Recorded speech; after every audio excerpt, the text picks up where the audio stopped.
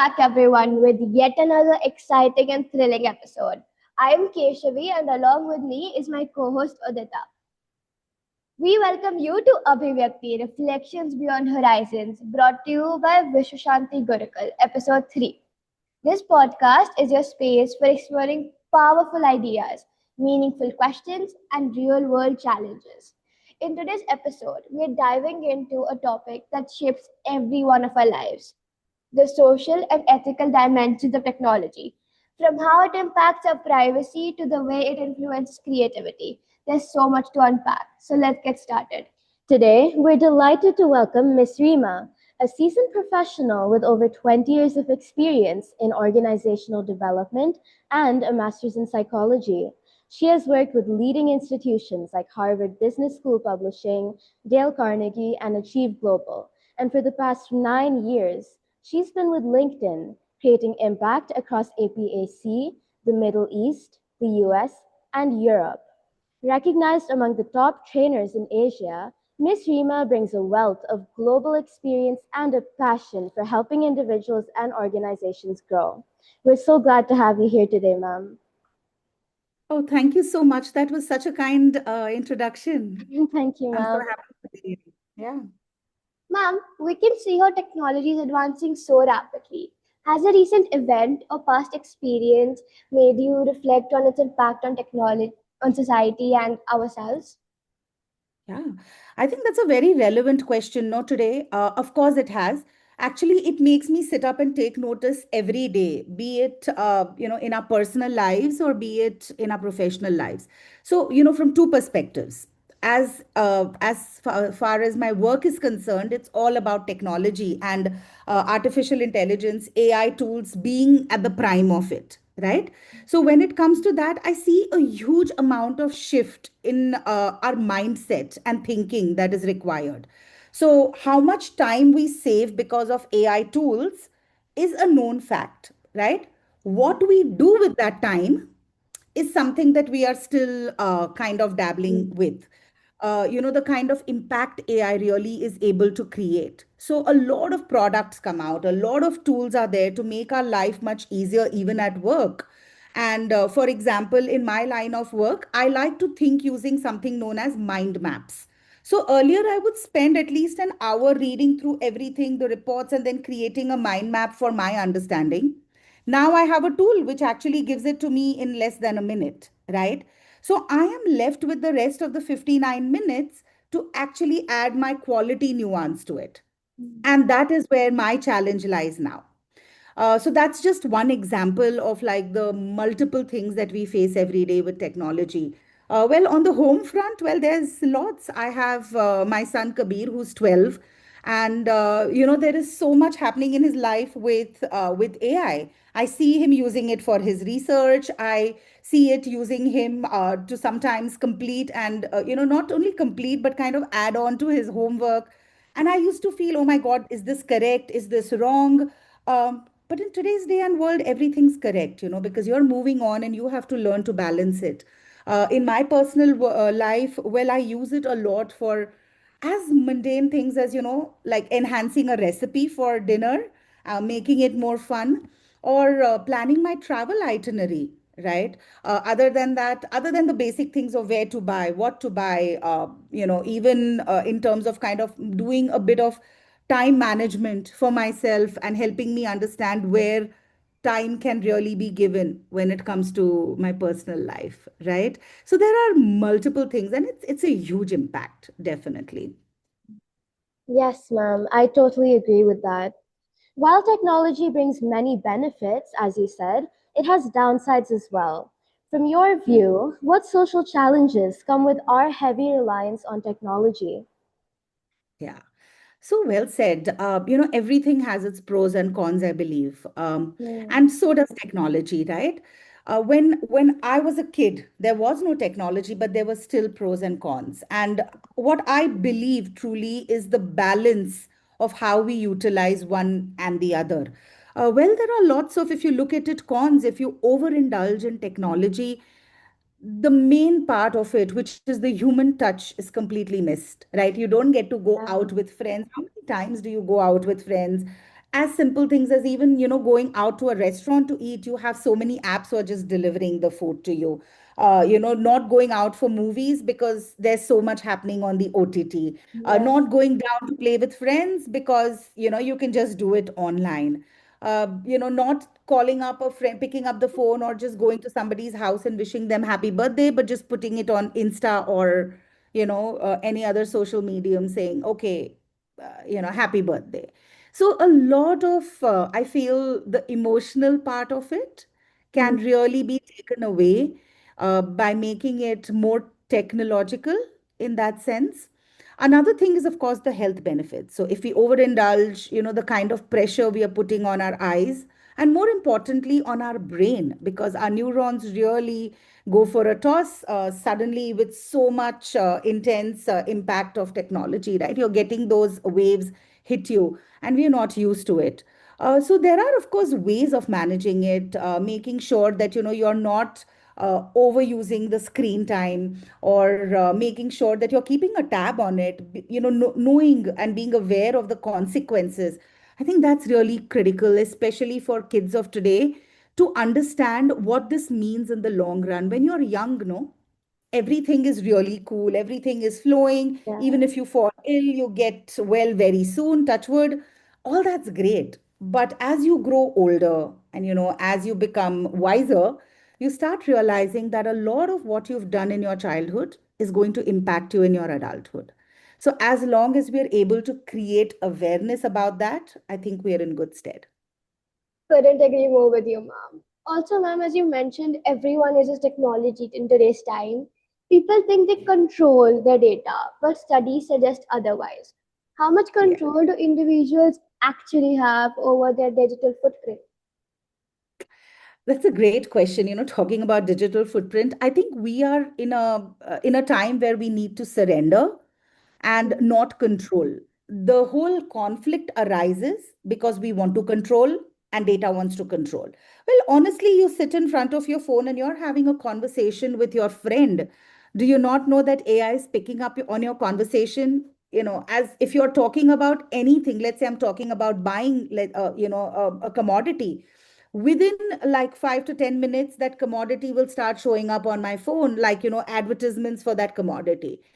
I mean, Yeah. how does it even know, right? Because it's picking up. So yes, there's a lot of data scrapping that happens. It's called scrapping, like, or mining, because you're picking up now not only from what you are surfing online, but also from what you're talking. So, they say that walls have ears. Well, today it's true. It's like there are ears everywhere, right? Mm. So I don't think the question is about control.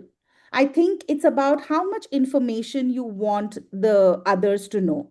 So it's on you how much digital footprint you want. However, be very mindful that if you are controlling your digital footprint, then you are also curbing a lot of things that go along with it, right? How much are you really cutting off?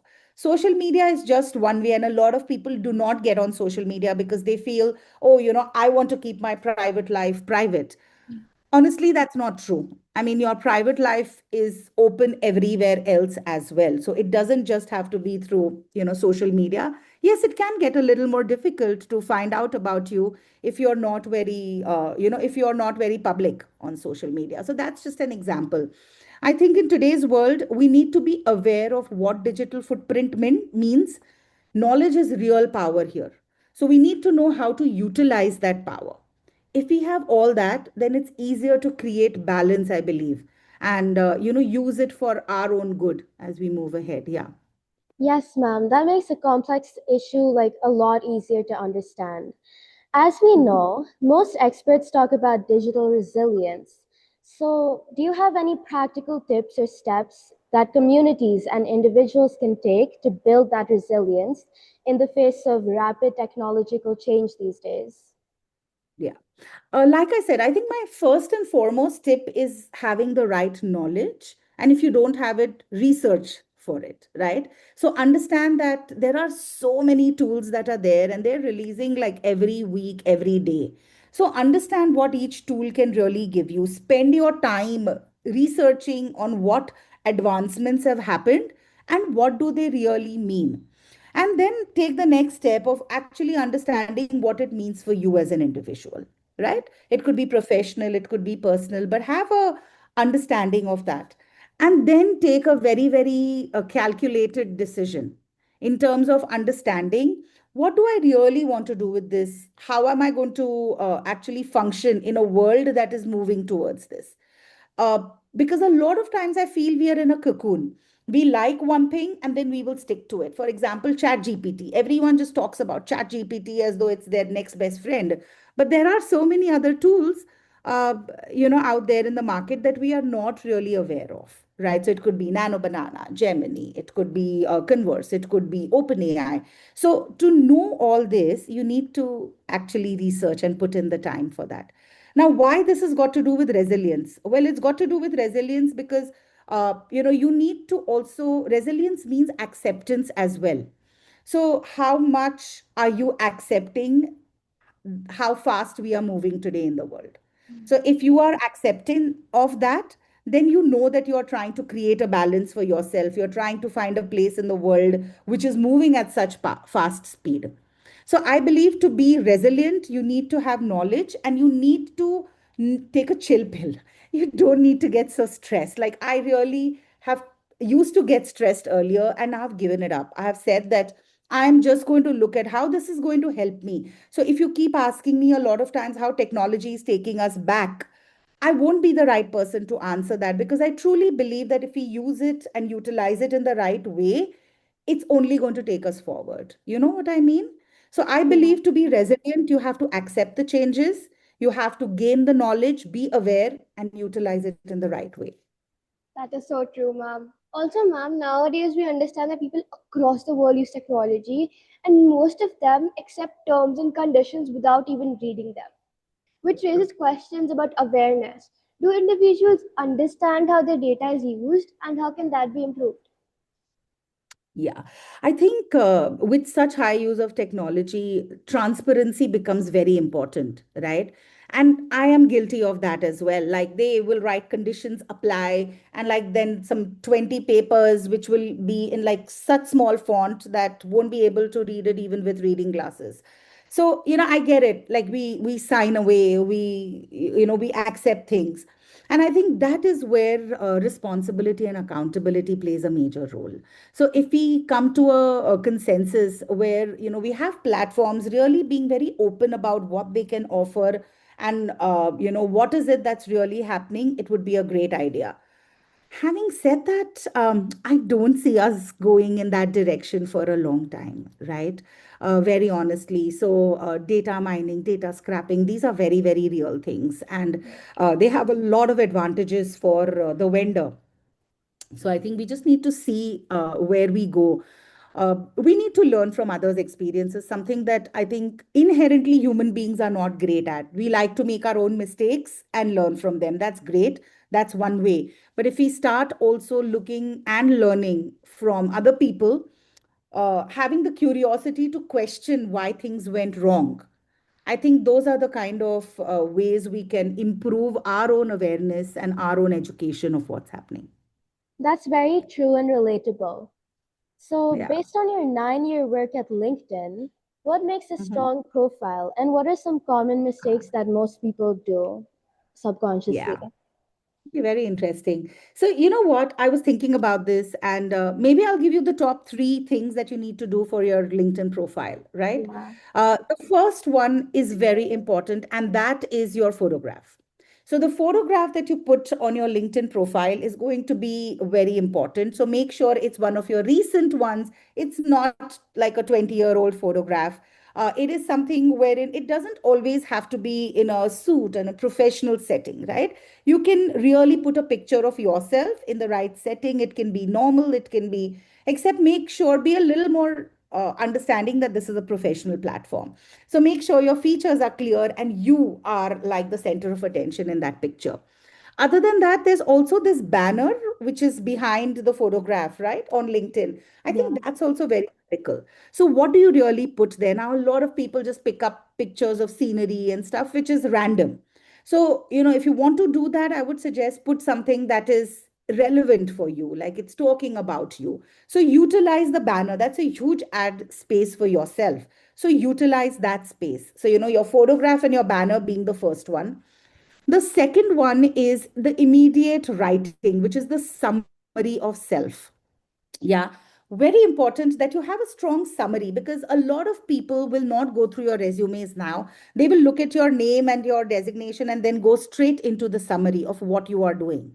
So your summary needs to be strong and needs to capture your years of experience of what you've done, right? So in a gist, basically, and that really helps. The third one is digging a little deeper, and that's your work experience. Now, a lot of people write what, in terms of their work experience, they write the activities that they're doing, that I'm doing this, 10 things. Instead of that, write the impact that you're really creating. So write about, these are my like these are the activities that have been recognized. This is the revenue impact I've created. This is how I've helped my organization grow. And if you write those kind of sentences, and very easy now using AI, right? And like making it your own language, obviously, not just copying and pasting it.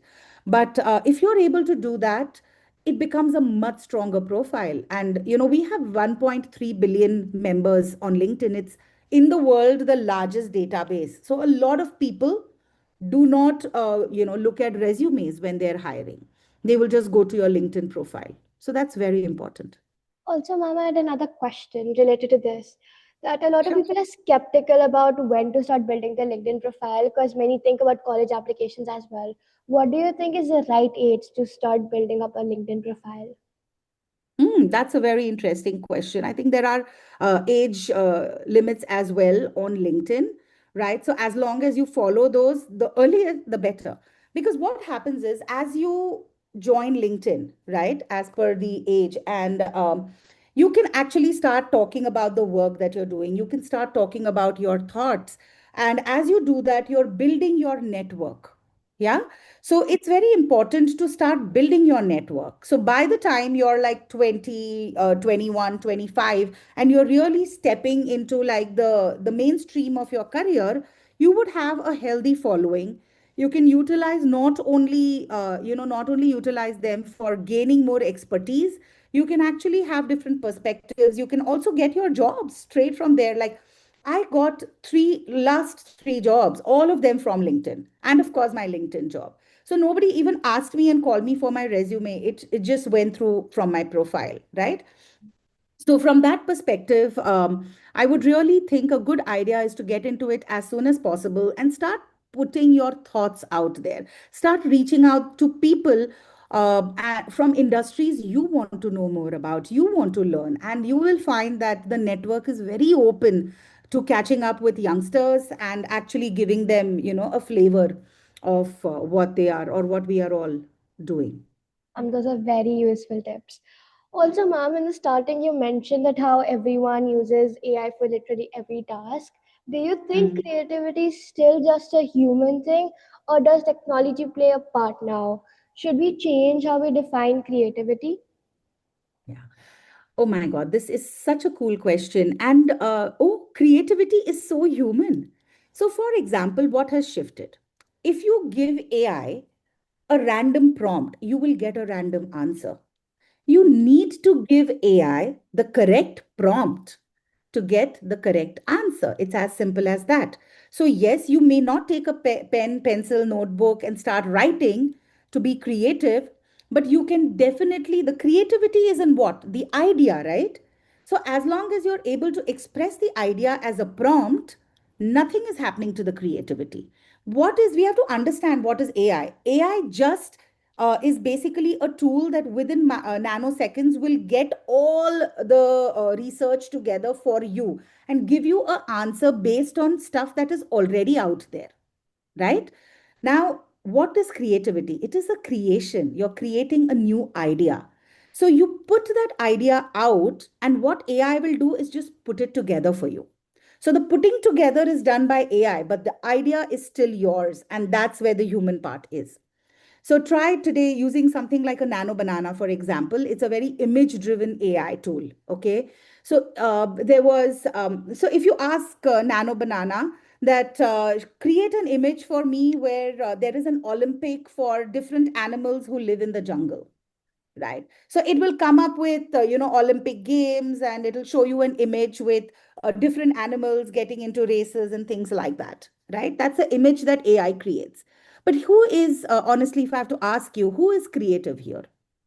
Is it Nano Banana who's created that image, or is it the person who's asked for that image? I mean, the person gave the prompt to the AI, right? So it was an original idea. So that's your answer. Creativity is within, nobody can take it, and that's going to be your biggest strength going on. So as long as you're able to embrace it, we are good.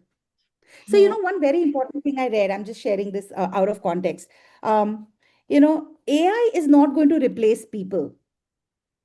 People who know AI are going to replace people who don't know AI. Hmm. That's really, That's yeah. true. I couldn't agree more with you, Mom. Thank you so much, Mom, for sharing your wisdom and practical advice with us today. Your insights have given us a deeper understanding of how technology shapes society and our roles within it. And that brings us to the end of today's episode of Abhivyakti, Reflections Beyond Horizons. We hope this conversation encouraged you to think more deeply about the technology you use every day. Not just its convenience, but also its responsibilities and its possibilities. Stay tuned for more thought provoking discussions as we continue to explore the ideas that shape all of our worlds. Signing off until next time, this is Abhivyakti, Reflections Beyond Horizons, brought to you by Vishwashanti Gurukul.